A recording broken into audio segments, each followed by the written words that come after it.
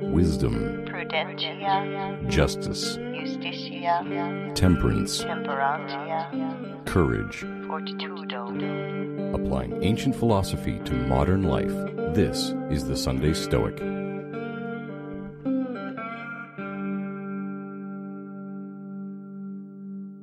Welcome to the Sunday Stoic Podcast. This is Steve coming to you from Conway, Arkansas. This is the last episode that will focus purely on Marcus Aurelius. I've been going through all of the Stoics, at least most of the Stoics, and I have ended now with Marcus Aurelius. And this week I'll have a smattering of readings from Book 11 of the Meditations.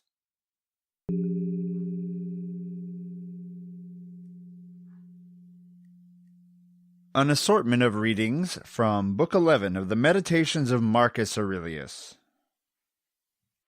How unsound and insincere is he who says, "I have determined to deal with you in a fair way." What are you doing, man? There is no occasion to give this notice. It will soon show itself by facts. The voice ought to be plainly written on the forehead. Such as a man's character is, he immediately shows it in his eyes, just as he who is beloved forthwith reads everything in the eyes of lovers. The man who is honest and good ought to be exactly like a man who smells strong, so that the bystander, as soon as he comes near him, must smell whether he chooses or not. But the affectation of simplicity is like a crooked stick. Nothing is more disgraceful than a wolfish friendship. Avoid this most of all. The good and simple and benevolent show all these things in the eyes, and there is no mistaking. Consider whence each thing has come, and of what it consists, and into what it changes, and what kind of thing it will be when it is changed, and that it will sustain no harm.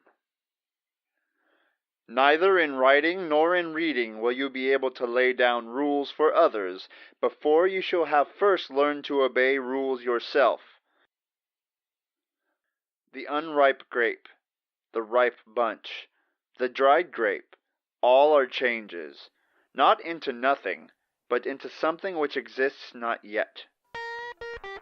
Marcus, in the first reading today, seems to warn others, hey, don't tell me that you're about to deal with me honestly. That should be the default. But remember, he's writing to himself, so he's kind of telling himself this more than he's really saying it to someone else. But if you've ever gone to a used car lot, or maybe a new car lot, and you're looking at a car for sale, and you're asking the guy about it, and then the guy says, "Can I be honest with you? I think I'd buy this car over here instead of this one." Well, can I be honest with you? Yes, that's the point. That's the default setting. If you have to specifically express that, hey, I am about to be honest with you, that means that typically you're not being honest with me, and that is no way for a civilized human being to live. He mentions, kind of like in the Bible where they say the eyes are the window to the soul, that the eyes can give it away if a person is being decent to you or not. I don't know if that holds true. Those of you who play poker can tell me. Marcus goes on to say that we need to learn to practice these things ourselves before we try to teach them to others, which is where I'm a massive hypocrite. Hi, Steve Careford, hypocrite. And also, he goes on through, I read 2 sections there with a similar theme, the idea that change causes no harm. Marcus was big on that, to remind himself that things change. Marcus is good at just mentioning that time moves on, that things change, that we will be forgotten, and not to get wrapped up in things that really don't matter.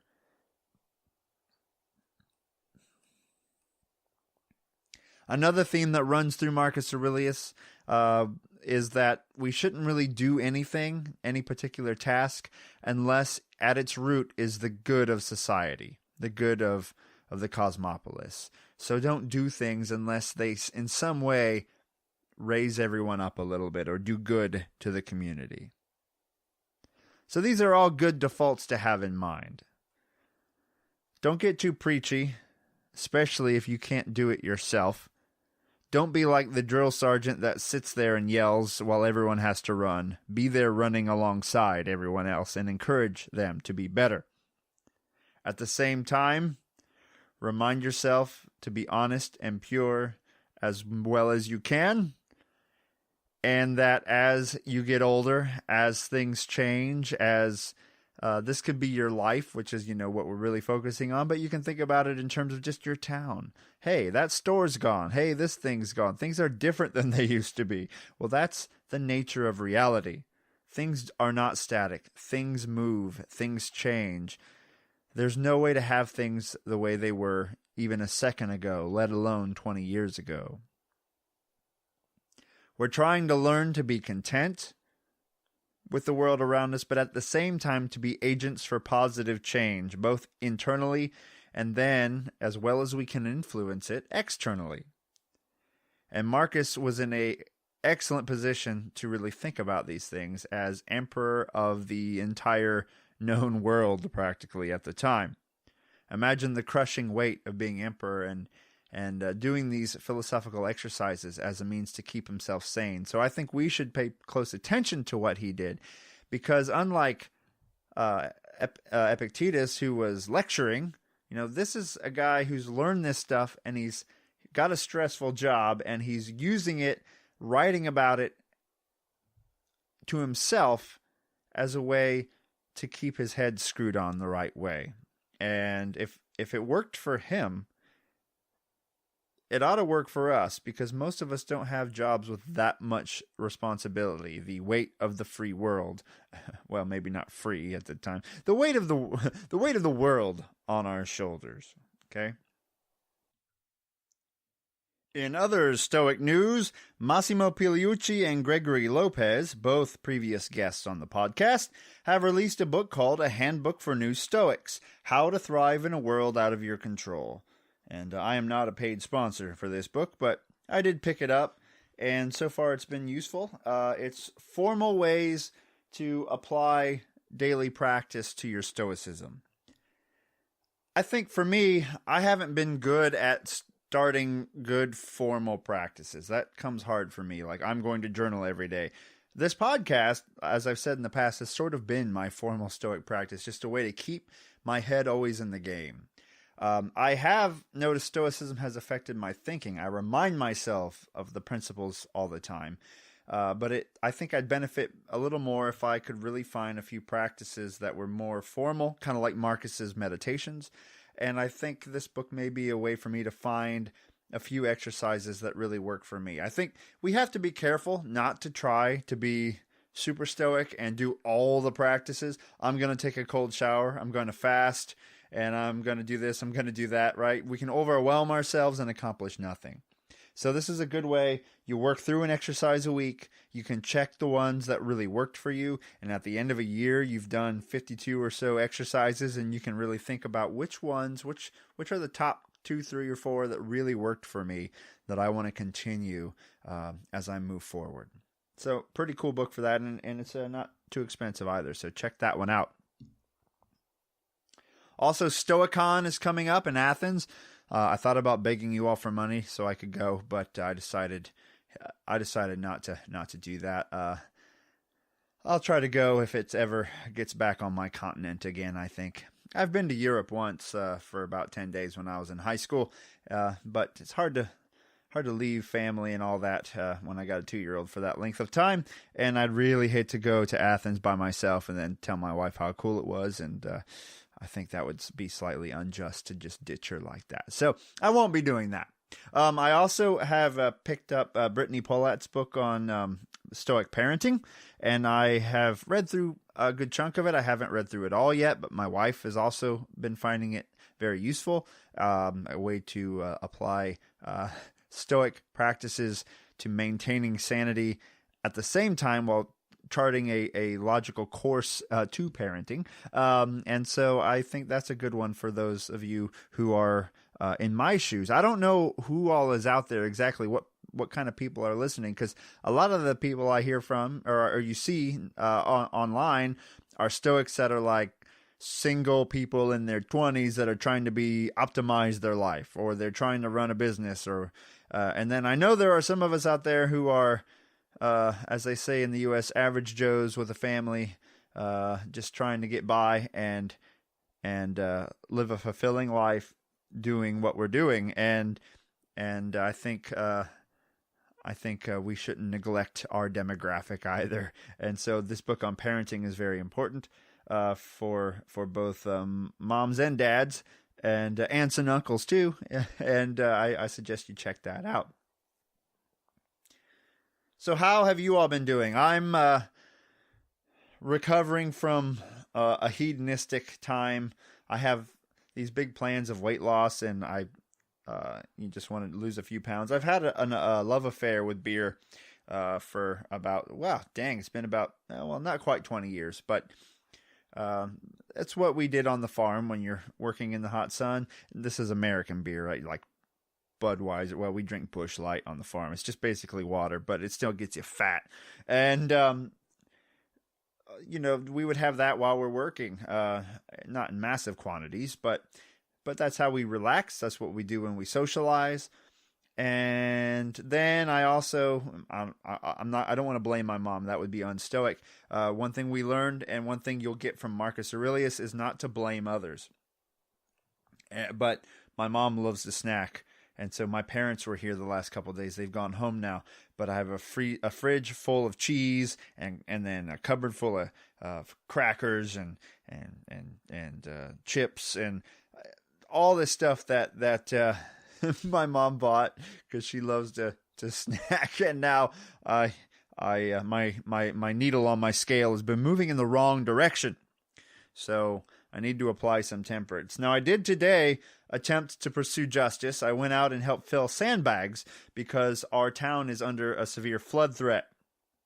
When this podcast releases on Sunday, the river will be cresting here in Conway, Arkansas, and hopefully not too many people will lose their homes.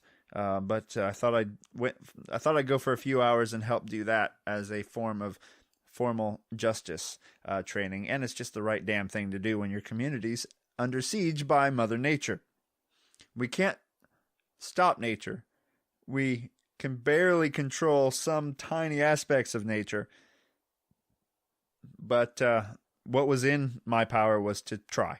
And so I did. I should try more probably. But I am going to start teaching on Monday. I'll be teaching summer school, which is a week's worth of lectures every day. Then I'll be going on vacation to Michigan with my family sometime in July. So a lot going on, but I will be keeping up with the podcasts a bit. And I want to once again thank all my patrons out there that make this podcast possible. They give me, anywhere from $1 to $10 a month, and that helps to keep the lights on. I've bought some recording equipment with that money.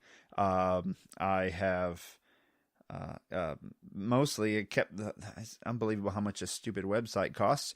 Keep the website going, things like that. And then also the podcast host. I have to pay a monthly fee in order to keep the podcast on the air.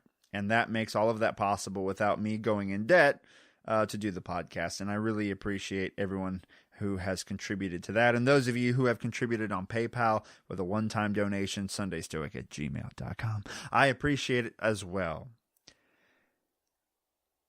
By the way, I have often mentioned little projects that have not really come to pass. For example, a Stoic lending library online. There was some interest in that, but I didn't hear from more than about 2 people.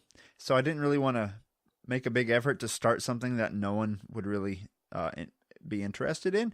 The idea being that we could, when we're done with a book on Stoicism, one that we enjoyed but we don't necessarily need on our shelf, we could list it on the lending library and then mail it to someone who wants to read it.